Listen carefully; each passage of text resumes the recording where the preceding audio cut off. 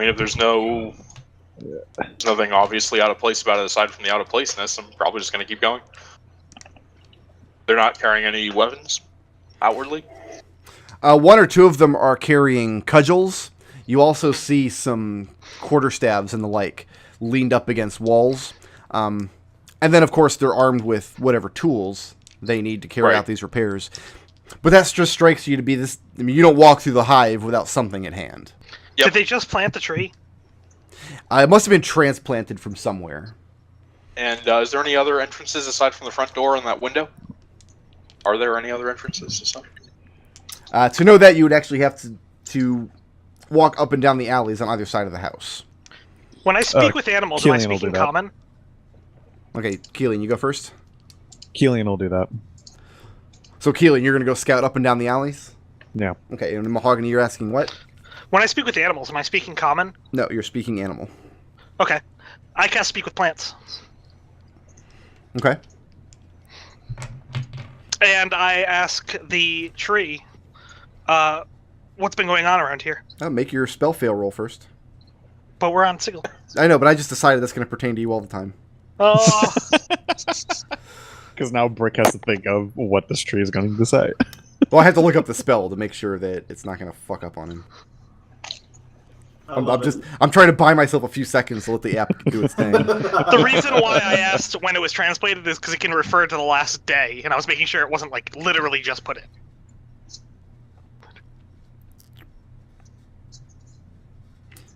Bear with me 1 second. Brickroad is so happy he has the roleplay tree right now. Wouldn't be the first time. Plants might be able to perform other tasks on your behalf at the DM's discretion. Somebody wrote that line and then killed themselves, basically. They can freely move branches, tendrils, and stalks. But it doesn't enable the plants to uproot themselves and move about. Are you sure this is the second edition? So, Kelian, you go to scout out the alleys. Mahogany, you're going to go talk to this tree. And what is Serenity doing during this time? She's going to keep walking. Like, just keep going. If Kelian's obviously going towards the alleys, she'll continue just like she was walking through the area. Okay. Start looking for a rat or some other small vermin. Oh, no shortage of small vermin in the hive. Some of them are sentient. And then once she's out of eye shot of the place, she'll cast Speak with Animals herself as a ritual. So 10 minutes later. 10 minutes later? Okay. I need to answer Kelian's question first. Bear with me just one moment, please. Kelian roots around in the alley. Mahogany goes to talk to a tree. Just the worst, all of you. D&D is terrible. D&D is trash. You mean amazing. Yeah, I also mean amazing. Of course, I didn't save this map locally. Why would I do that? It's gotta go on the network to get it because I'm a great planner. Gotta hit up Immiger. Foolishly forgot to write up the NPC tree. Let me grab my pork buns from the stove real quick. Okay. So, Mahogany. Yeah. As you're approaching this tree, you're approached by a couple of the monks who are tending to it. And they greet you warmly and start engaging in small talk. What do you tell them? I tell them I'm going to ask the tree how it's progressing, how it's doing. And they are fascinated about how you're going to do that. Alright, and I'll just walk up and start talking to the tree. Okay. And what do you ask this tree? Well, first I want to know, I actually do want to know how it's doing. Very, very poorly. It once grew in a lush and sunlit place, and now it finds itself in this dismal and acrid atmosphere, being tethered to something that isn't soil. And it's very, very upsetting. Oh, well, seems to be a theme with this cult who doesn't know where things are meant to be. And I'm going to ask it if it knows where, how the place is guarded at night. And it doesn't understand the concept of guarding a place because it's I ask it if there are people around watching like they are now at nighttime or all around the day. Because I just remembered Sigil has no nighttime. It does. Yeah, you got anti-beam. There's 12 hours of darkness. Oh, okay, yeah, at nighttime then. And it knows the comings and goings of a great many people, but it cannot describe them or tell you its motions because it doesn't have eyes. It can't see them. But it can feel the vibrations of a lot of movement. And you surmise this to be probably not traffic in and out of this house, but just traffic up and down the street. Okay. I also ask it...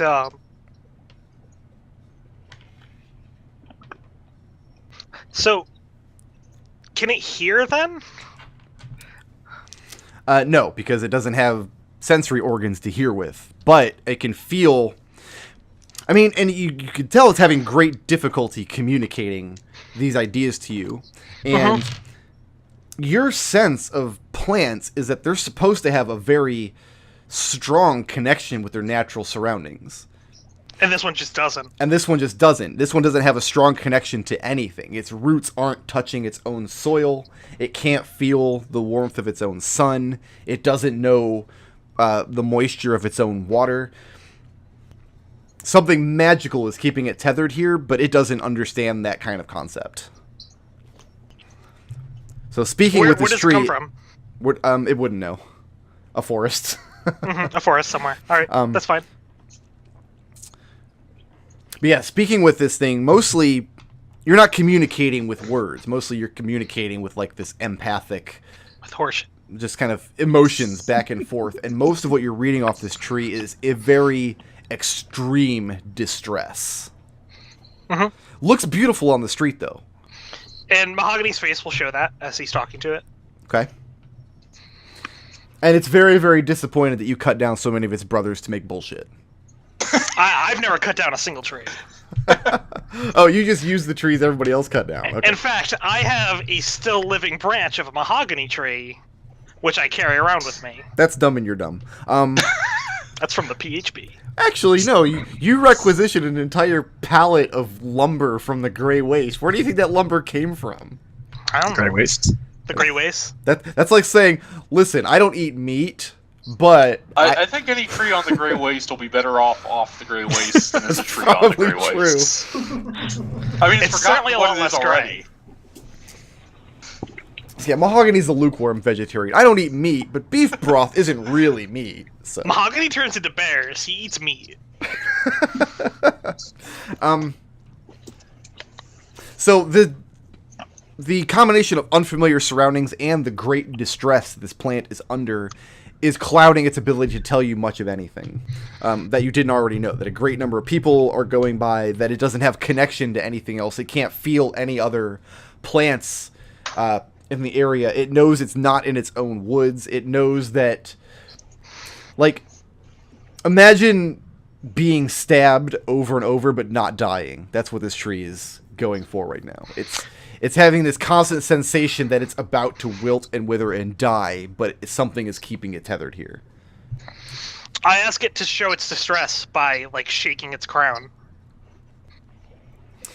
And it can't because it's not in its ground. Crown. The top of the tree. Shake around. Like, look like a distressed tree. Okay. And Kelian, you hear these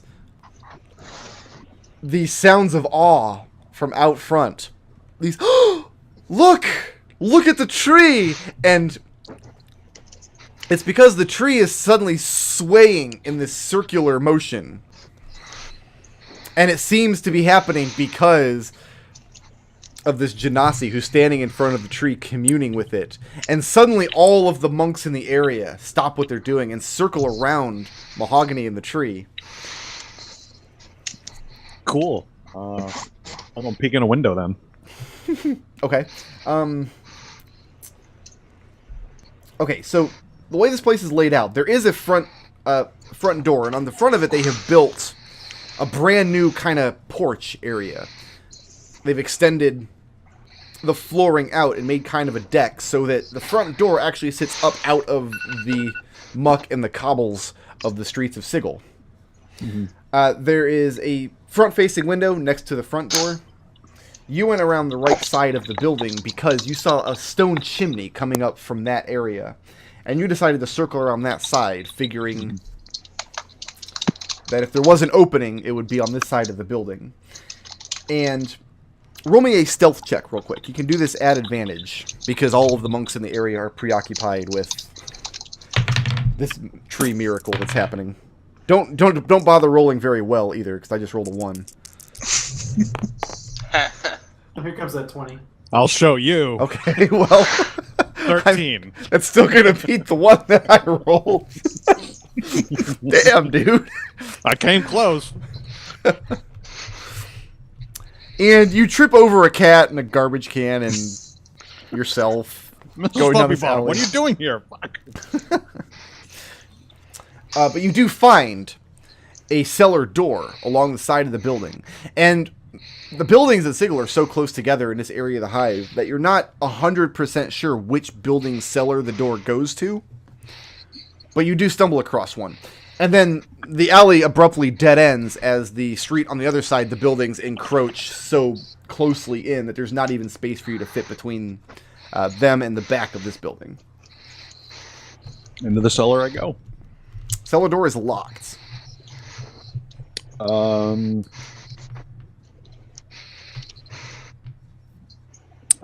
Pick the lock. Do it. Dex and Thieves tools. I have those things. Kelian's just gonna assassinate this dude while we're talking to trees. That's kind of what I'm thinking. I'm He's not gonna lie. get it done. He's like, screw this. Screw all the nonsense of casing the joint. Let's just go. 3, 19 plus Dex is 23. 23? And very easily you pick the lock on this as the oohing and eyeing and laughter behind you out in the street covers all of your tracks. Yeah, go inside. Okay, dark down there. I have dark vision. You have dark vision, so it doesn't matter if it's dark down there. Do you close the door behind you or leave it open? I'll close it. Close it behind you? Okay. And as you descend into the cellar, you climb down a ladder, maybe about 10, 15 feet. And you turn around and you realize you're standing in a narrow hallway. And it's a very, very odd sensation because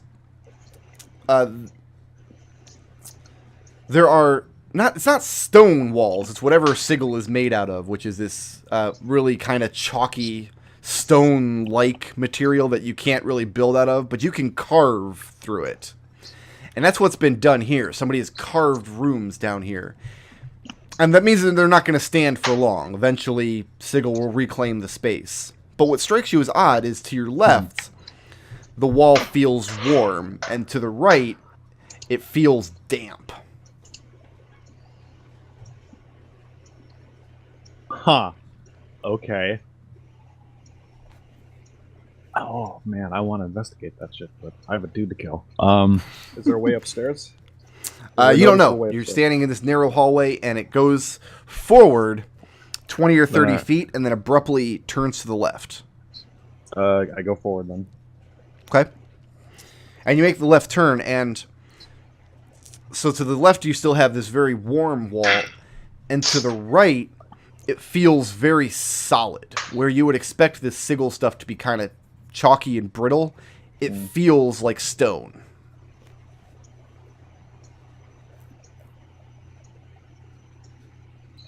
And then this path continues forward another 10 or 15 feet, and then splits off to the right, but at that intersection you see a ladder going upwards. Up I go. Okay. And at the top is Do I hear anybody, like, above me? You hear lots of footsteps above you. As the ladder ends about 10 feet above you with a wooden door, like the one you just went down. Is So they're not all outside. There are people in this house. Roll a perception check.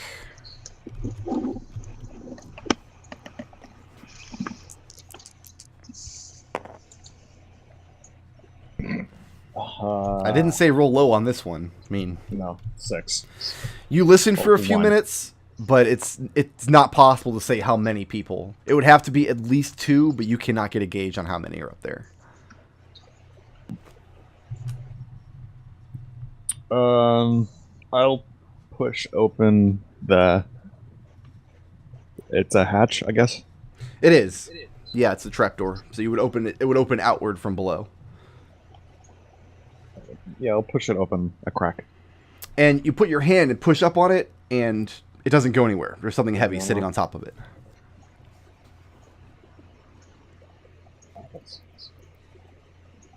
There's no latch or locking mechanism. It's just it won't open. There's something pressing it down.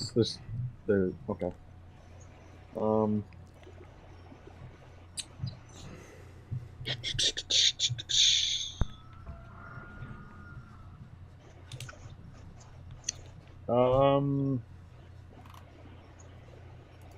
No, I won't press this. I'll go back down the ladder, but I will investigate the walls some more because now I'm curious. So making that right turn from the previous hallway, now the walls on your left feel like the regular Sigil stuff, but the wall on your right feels porous. And you remember the walls from Pandemonium feeling that way. And holding your hand there, you swear you can feel air moving through them. And then this dead ends about 10 feet in front of you.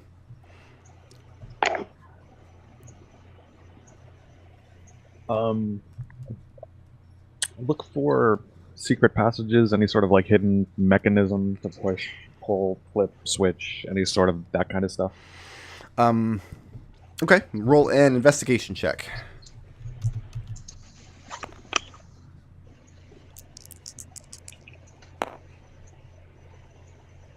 Uh, 14. Okay, and which hallway are you investigating? The one you just described. The one you're in right now? Yeah. Okay. I mean, this will extend to all of the other walls and stuff, but Well, right now you're just working on the hallway with that has the porous feel to it. Right. You find the outline, what looks like a door frame, but there doesn't seem to be a mechanism to open it. Although as you're running your fingers along the seams, getting to the top of the ceiling, you see a hole disappearing into the ceiling above. And working one of your fingers in there, you feel something like a cord pulled taut. And from that you reason that the mechanism to open this doorway is on the floor above you.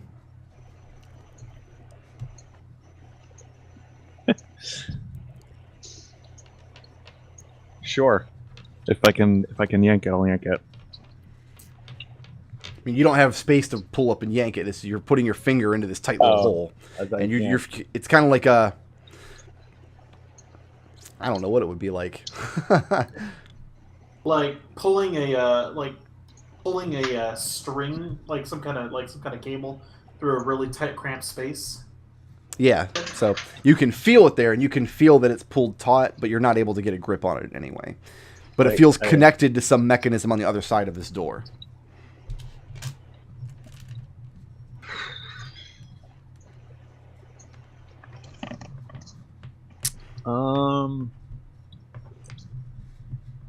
Where's the door? Was.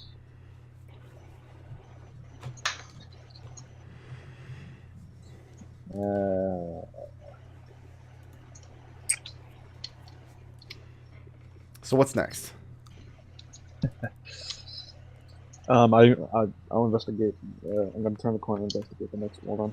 Okay. And going down the other hallways, you find 3 more similar door frames set into the walls On the wall, of each of these 3 areas. And then investigating the ceiling, you again find the same kind of mechanisms that would control them from above.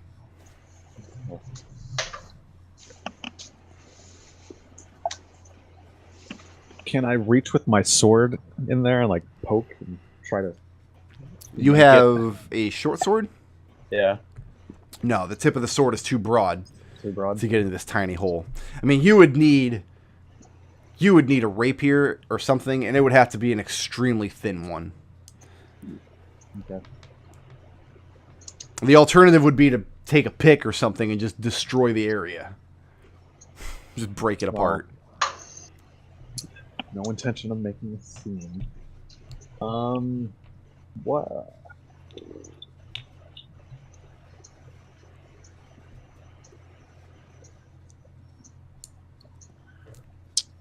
Alright, Kelian will exit the cellar then. He'll do what? He'll exit the cellar. Okay, so you go back out into the alley? Yeah. Serenity.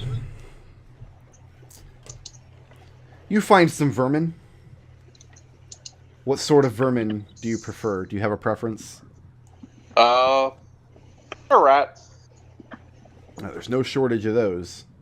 Are we doing rat on tortilla? Is that what's happening now? And after I finish casting Speak with Animals, I'll ask it, do you know about the building a short distance in that direction, which has a weird plant in front of it that you probably have never seen before? And the rat indicates that there's always a great amount of food around that building. How big is it on the inside? It's never been on the inside, but it's been in the narrow cracks and alleys around it. And so it indicates to you the rough dimensions of the building, which I just closed the map. Why would I do that? Why? Why even? Why did I do that?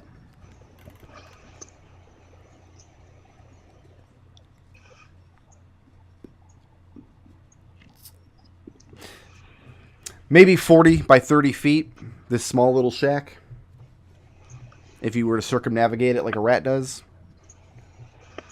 And is there any time of day during which there are fewer people there? There are people there all the time. And once or twice, he had been caught by them, but they never brought violence to him, the way as would happen in other buildings. Yeah, man, this other part of the hive, man, no rat ever survives. Destil snaps his neck and eats him. But yeah, there's always good food that they're putting out, different kinds of vegetables mostly. And the back wall of the building, there is one spot in a place where Serenity couldn't get because it's the inches between the two buildings. That's always warm. That's good to sleep. Okay. That's enough for me. And he tells you not to tell any other rats.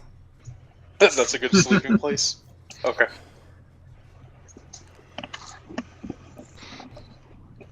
So Kelian, you come back out of the alley about the time Mahogany is done communing with this tree. And Mahogany, these monks are just mooning and fawning over this miraculous show of power. And they want to know if you're a great teacher. And Mahogany, his eyes widen and he shakes his head. He's like, no. But this tree is very distressed. The only way it's going to survive here is if 7 of you go and fetch soil from its native homeland and bring it back tomorrow precisely at noon. Roll a persuasion check at disadvantage.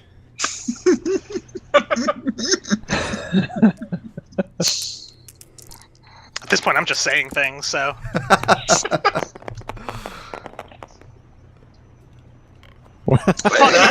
They're saying pretty good things, actually. He's saying the things he should be saying. The conversation amongst these monks is fractured for a few minutes. Most of them don't believe you. As soon as you stop doing your whatever that you're doing and open your mouth and start saying these preposterous things, for one, it's impossible for the tree to be distressed because very clearly the tree is doing more good here than it was where, you know, people here can enjoy it. It's bringing light and happiness to a place where those things are in short supply. So that's like the mountain you're up against. However, other people are like, well, he did just commune with this tree. And then we've all tried to commune with the tree. We've all done meditations in front of it, and any one-trick wizard can come through and make the tree move. That doesn't prove anything. So these are the discussions that are going back and forth amongst these monks. And how long do the discussions take? Long enough for Serenity and Kelian to rejoin you. Well, Oh, damn. I was gonna say, as soon as the one discussion about they all meditate in front of the tree, I whispered to the tree, I said, next time one of them sits in front of you, just smack it with a branch. What was Kelian saying? Depending on how distracted they were with Mahogany, he was just going to go up to the front window and peer inside. Like, up onto the porch and peer inside. That would not be possible without being noticed. Yeah, no, Kelian will be noticed. Okay. He's going to play it off as, whoa, sorry, I didn't realize that wasn't allowed, sort of deal. Nobody's on the If porch they- because right now all the monks are standing around the tree. Right. Peering in this front window into a very small, simple room. Has a chair, two chairs next to a rectangular table in the center of the room, both of which are occupied by these people wearing these simple robes. They look to be drinking tea, and you can tell this because you can smell the boiling kettle that's on the stove behind them. There's a shelf with just some basic supplies and fresh vegetables on the wall behind them, and then next to it is a larger shelf that has a small kettle hanging over it. There's a door in the right-hand wall of the room that is closed. You're not able to see into it. Alright. Kelian will walk away from the porch and rejoin Mahogany and Serenity. Okay. So you're able to persuade several of these monks that they need to bring a larger quantity of this tree's native soil back. Okay. So they ask you where the tree came from.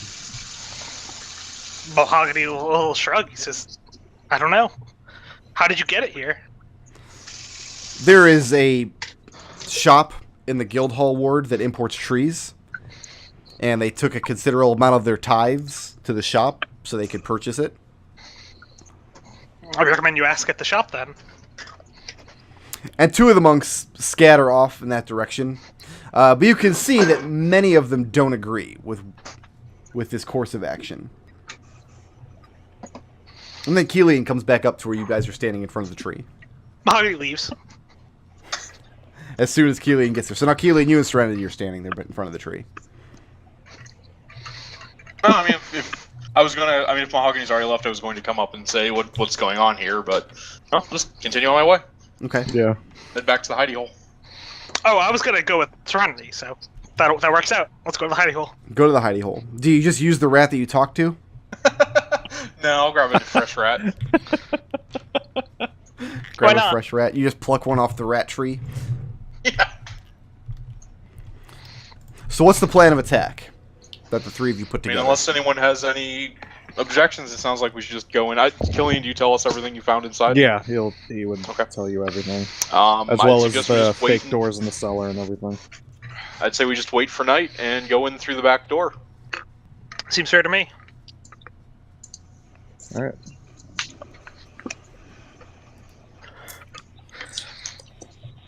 So the plan is to go in guns blazing. Is that the idea? What's a gun? Yeah. Yeah. Okay. Riot.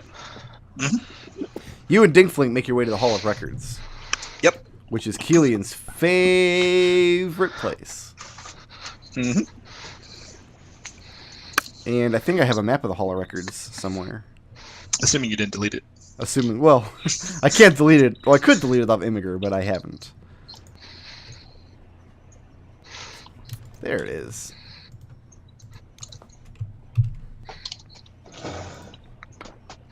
Now, the problem with getting any information whatsoever at the Hall of Records is that nothing's free. Mm-hmm. So how much money does Riot have? Riot has, like... she's got 22 silver. Let me see if Riot has something better than money. A faded badge. Yeah, I don't have a established faded identity, but I can cast Disguise Self Okay. just to pass myself off as a faded. With any other faction, that would definitely do the trick, but this is the Faded, so it's still not going to be free.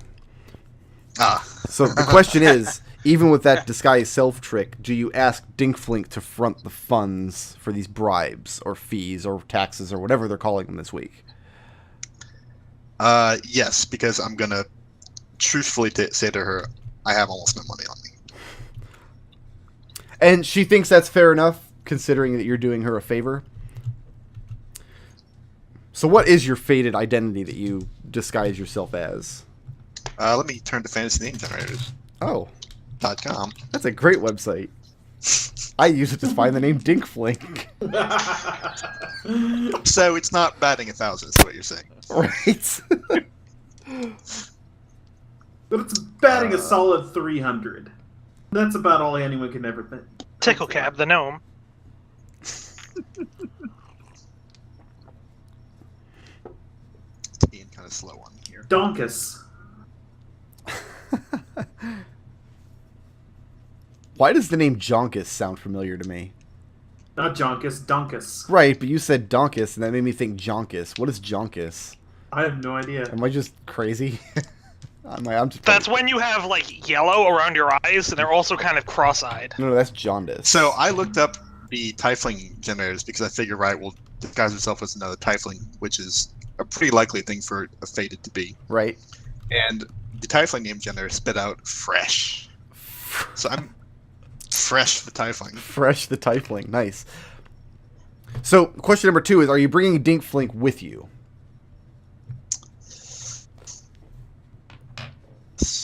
Or are you just having her front the money?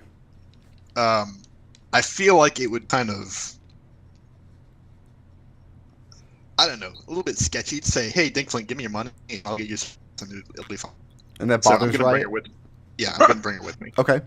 So, you have some options when you get to the Hall of Records. It's a big, big place. And you can kind of see some on the map. You have the Hall of Census Records. There's a Hall of Property Records. Inside the main hall, there's a credit department, a tax department, a debt department. So the question is, where is Riot focusing her investigation? Let's see. Let me look around here.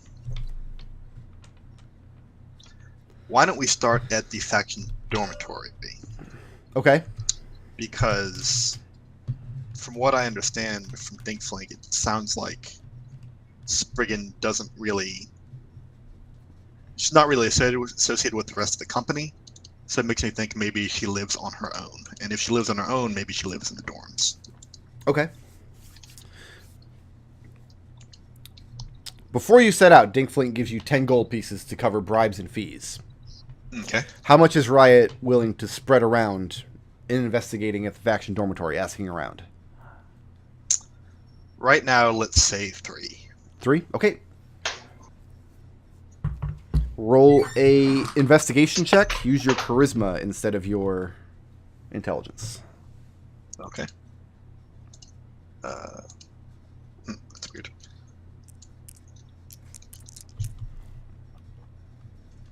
Okay, there we go.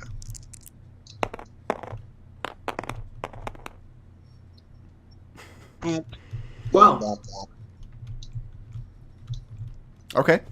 So that turns into an 8 or something. An 8. Yeah. And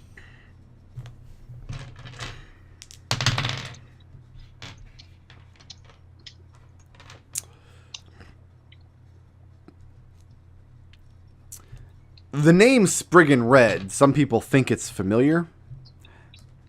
They're pretty sure her work in the faction has something to do with magic, but they're not sure quite what. I'll ask him, where does the work having to do with magic mostly take place? Make a wisdom 10 check. Okay. Real quick. Let's pass. If Riot were to ask that, it would seem suspicious. Because as a member of the Faded, you ought to know. Yeah, good point. Not saying you can't Okay. ask, just saying. Yeah, that would seem. Be Yeah, suspicious. let's not blow my cover already. And they also want to know if you've tried out this new Eastgardian restaurant that's open nearby. And I'll tell them. Oh yeah, I have a table there reserved just for me. Which is not even a lie, as far as I know. Well, Kelian has a table reserved for him. So Him and his friends, of which I am one. as long as you're eating with Kelian, yeah, you've got a table. Yeah. They're very impressed. One of them doesn't believe you. Okay, so you've got 7 gold left. Where else are you going to try? Let's see. Let's try the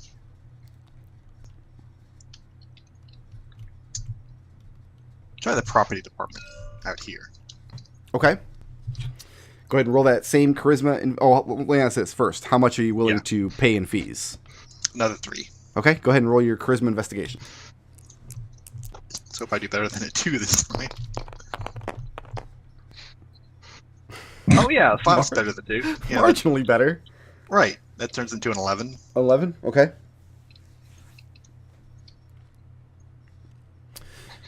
You find a dusty corner office somewhere just stacked with just boxes of... stacked with shelves of scrolls. Old filings of property deeds and whatnot in the city of Sigil. And you use 3 gold to try to get a hold of any property owned by this individual who Dinkflink tells you that her given name is Finis. Finis Overwizzle. Okay. Come on, it's better than Dinkflink. Marginally. And it looks like at some point Finis came into ownership of an old dilapidated shop that was set to be dismantled in the lower ward. And that as far as their records indicate, her taxes on that property have been paid in full since. Okay. All right. That'll be my next stop then. I'm not gonna hang around the Hall of Records and waste the rest of Dinkflink's gold. So what do you do with the last 4 gold pieces?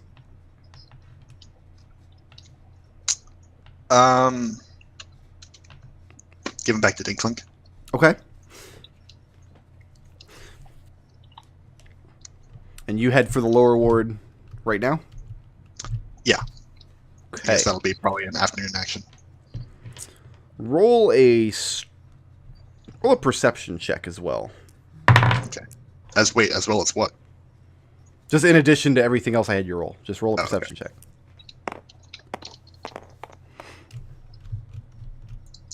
Perception's pretty good. So that's a 21. Okay. You overhear a couple of disgruntled employees as you and Dinkflink are leaving the grounds. You overhear a couple disgruntled employees on your way out the entrance here. They're leaning next to a tree, and you just catch a few words that they're... It sounds like they're talking about Duke Darkwood. So the question is, are you going to try to overhear that conversation? Yes. Very interested in any gossip around Duke Darkwood. Okay. And how are you going to try to do that? By just staying unnoticed, or are you going to try to go and place yourself into the conversation? Let's do the latter. Okay. So you're... The 2 men... What do you tell Dinkflink to do while you're doing this? I tell her I'll meet her at the old shop. She says... This has nothing to do with Spriggan or anything else. Okay. You give her the gold back, and she says she would really rather not go to Spriggan Red's shop alone, so how about you meet her at the Middlebob shop, and then you'll travel there together.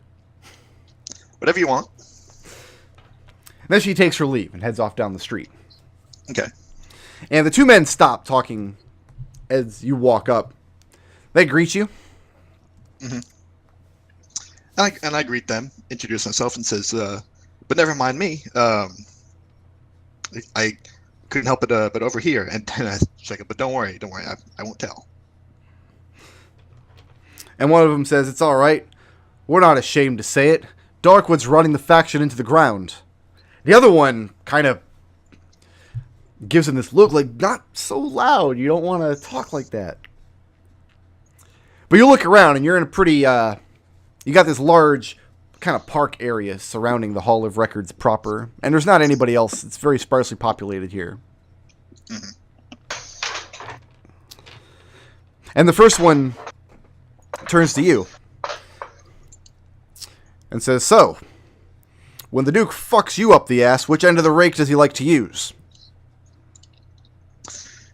And Riot grimaces a bit.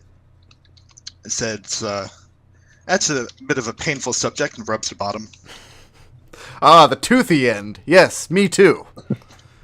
Happened a little bit too recently for me to laugh about it these days.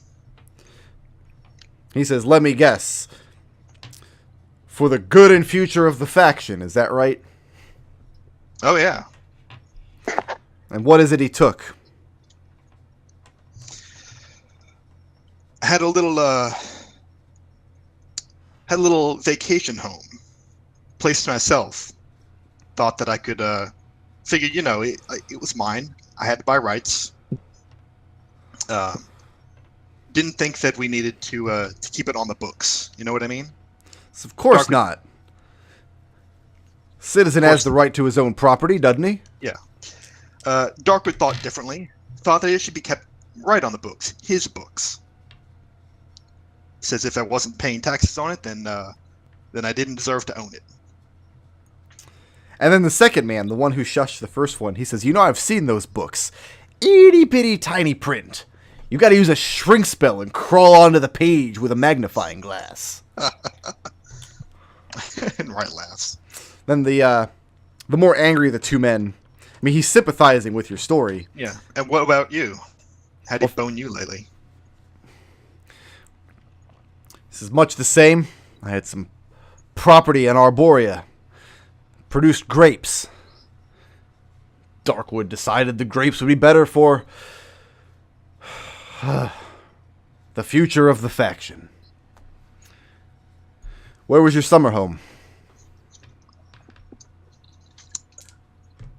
I'll make up the name of some prime world. And he looks at you kind of quizzically. Says, "What does Darkwood want with some prime material world?" And I say, well, isn't that where he's from?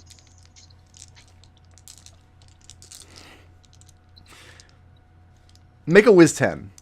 Okay.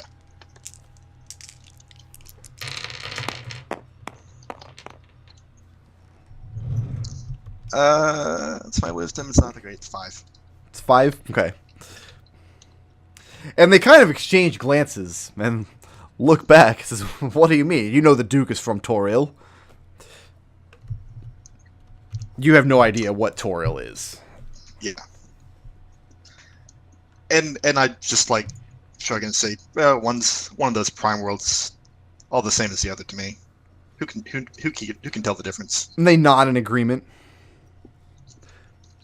The angrier of the two men says, "What I wouldn't give to find out his family holdings on Toril and snake them out from under him." No way to do it, of course. He's got it on lockdown. Probably handed off to his sons. And Riot Snickers, horse mistress. Now, when you say that, are you saying it jokingly, or are you making a coy reference to Nylesia? Coy reference. And you get these knowing grins from the two men standing there. So what kind of information is Riot hoping to gain from this conversation? Riot's trying to find out how widespread dissent or the dissatisfaction with Darkwood really goes. Okay. Because she knows Kelian's upset, and she can see that these two are apparently upset about it enough to talk about it in the open air at the Hall of Records. Okay. Go ahead and roll a Charisma investigation and do it at advantage.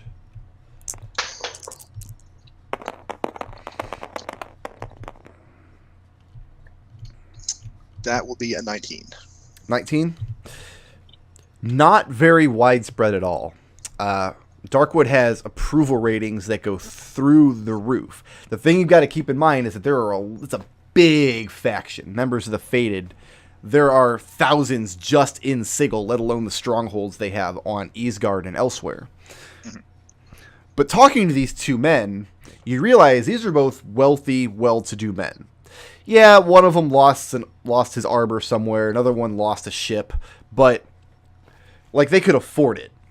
They have other holdings, they have other sources of income and wealth. And from the conversation, you get the sense that Darkwood is making strategic acquisitions from the wealthiest among his own faction. So he's not mostly hitting up folks like Kelian. Right. Who and just taking them for everything they're worth. He's right. mostly taking it where it won't be missed. Right. You're hanging out with the cast of madmen complaining about communism right now. Right. Okay. But it does strike you as much different from Kelian's story, because Kelian had nothing but a house and a cat. And you're not sure what Darkwood plans to do with the cat. The cat is still mine. It's a lovely Eastgardian restaurant. Plans to do. Is the cat yours, or are you the cat's? Ooh. Is the cat a taker? Are all cats takers? All cats are takers. Like, there's make no bones about that. All cats are takers. So that's what you get out of this the conversation with these two men. Okay. It is dissent amongst the ranks, but very, very thinly spread out, and he seems to be targeting only a specific kind of taker. Gotcha. Cat's higher rank than All right, and then I'll go back and rejoin things. Okay. I'm going to collect afternoon actions real quick. So, Riot, you're going to continue on with this... Yeah, we're going to head to the shop that Red Spriggan owns.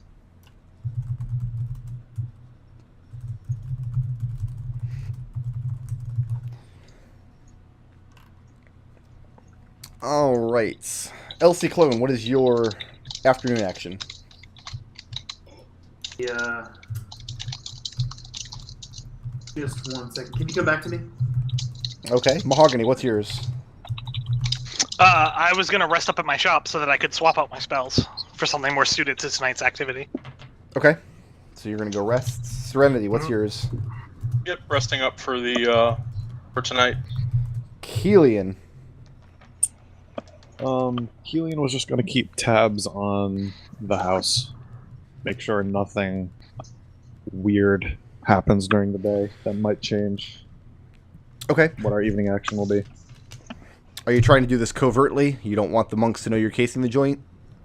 Or are you just going to stand in the street and watch? Maybe both. Maybe covertly at first, and if he feels like the monks don't care, then he'll just be more brazen about it. Okay, go ahead and make me 4 stealth checks, and just notate the results.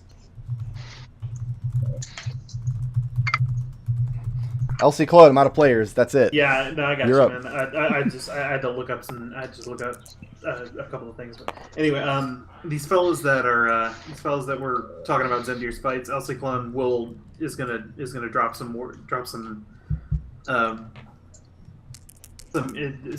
things that he's like, hey, I'll come here night after tomorrow. Go there night after tomorrow. I'll be fighting there. So you tell people that you're going to be fighting? Yeah. And you're going to spend the whole afternoon doing this? Yeah. Not just myself, but a 3-on-3 match, and talk to my partners as well. And who do you name your partners? Ballbreaker and the Bear. Ballbreaker and the Bear. Yep. All right, let's take a 15-minute break. Okay. Okay. Wow. Good, so I can look at my actual spell list. Thank God. I meant to do this and completely forgot while I was listening to Kelian. Oh, okay. Yeah, it's 4:41 right now. So let's reconvene at 4:56. That's 15 minutes, right? Yeah. That's 41 plus 15, yeah. I can math. Yep. Good job at math. Yay. All right, so yeah, we'll see you guys in 15 minutes.